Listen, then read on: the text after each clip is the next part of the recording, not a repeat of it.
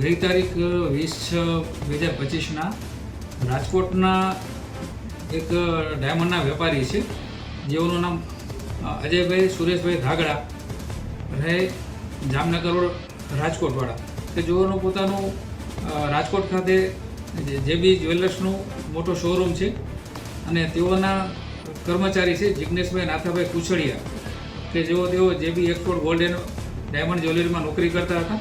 ગઈ તારીખ 20/6/2025 રોજ તેઓ સોનું લઈ અને ત્યાં જે આમના શેઠ છે એમના ફ્લેટ ઉપર ગયા હતા બોરીવલી ખાતે.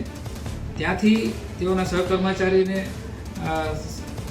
ધોકો આપી અને અંદાજે જેઓનું સોનું હતું, જેઓ સેલ્સમેનની નોકરી કરતા હતા અને અંદાજે કુલ 13 કિલો અને 455 ગ્રામ જેટલું સોનું મુંબઈથી લઈ અને નાસી ગયેલા. જે અંગે મુંબઈ મહારાષ્ટ્ર ખાતે MHB કોલોની પોલીસ સ્ટેશનમાં ફરિયાદ દાખલ થયેલી અને મહારાષ્ટ્ર પોલીસ તરફથી હકીકત મળતા તેમજ અમને પણ હકીકત મળતા જૂનાગઢ જિલ્લા પોલીસ, કેશોદ પોલીસ તેમજ મહારાષ્ટ્રની MHB કોલોની પોલીસ સ્ટેશનના અધિકારી તેમજ કર્મચારીઓ તેમજ કેશોદ પોલીસનો સ્ટાફને હકીકત મળતા તાત્કાલિક તેઓએ સર્વેલન્સ કર્યું અને સૌપ્રથમ યશજીઓએ ઓડેદરા ને પાસેથી 1 કિલો શરૂઆતમાં સોનું કબજે કરેલું અને ત્યારબાદ મુખ્ય આરોપી કે જે નાથાભાઈ હરદાસભાઈ કુછડિયા કે જેઓ પાસે બાકીનું સોનું હોવાની હકીકત મળેલી.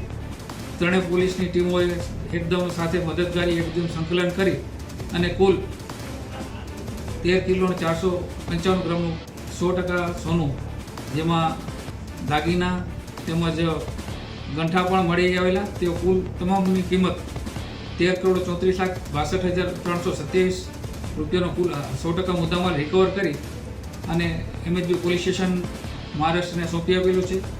આ ગુનાના કામમાં આરોપી જિગ્નેશ નાથાભાઈ કુછડિયા, યશજીભાઈ ઓડેદરા, નાથાભાઈ હરદાસભાઈ કુછડિયા ત્રણેયને મુંબઈ પોલીસે ધરપકડ કરી અને આગળની કાર્યવાહી હાથ ધરેલી છે.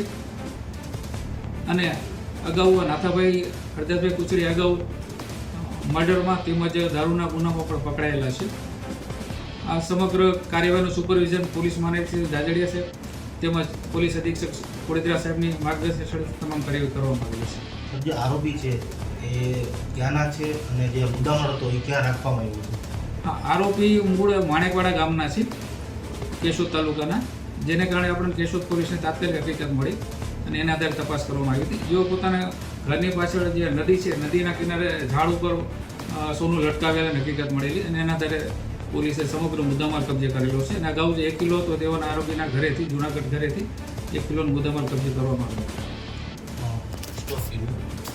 બનવાનું કારણ શું? આ મુખ્ય એનો ચોરી કરવાનો શોર્ટકટમાં પૈસા કમાવાનો જ હતો.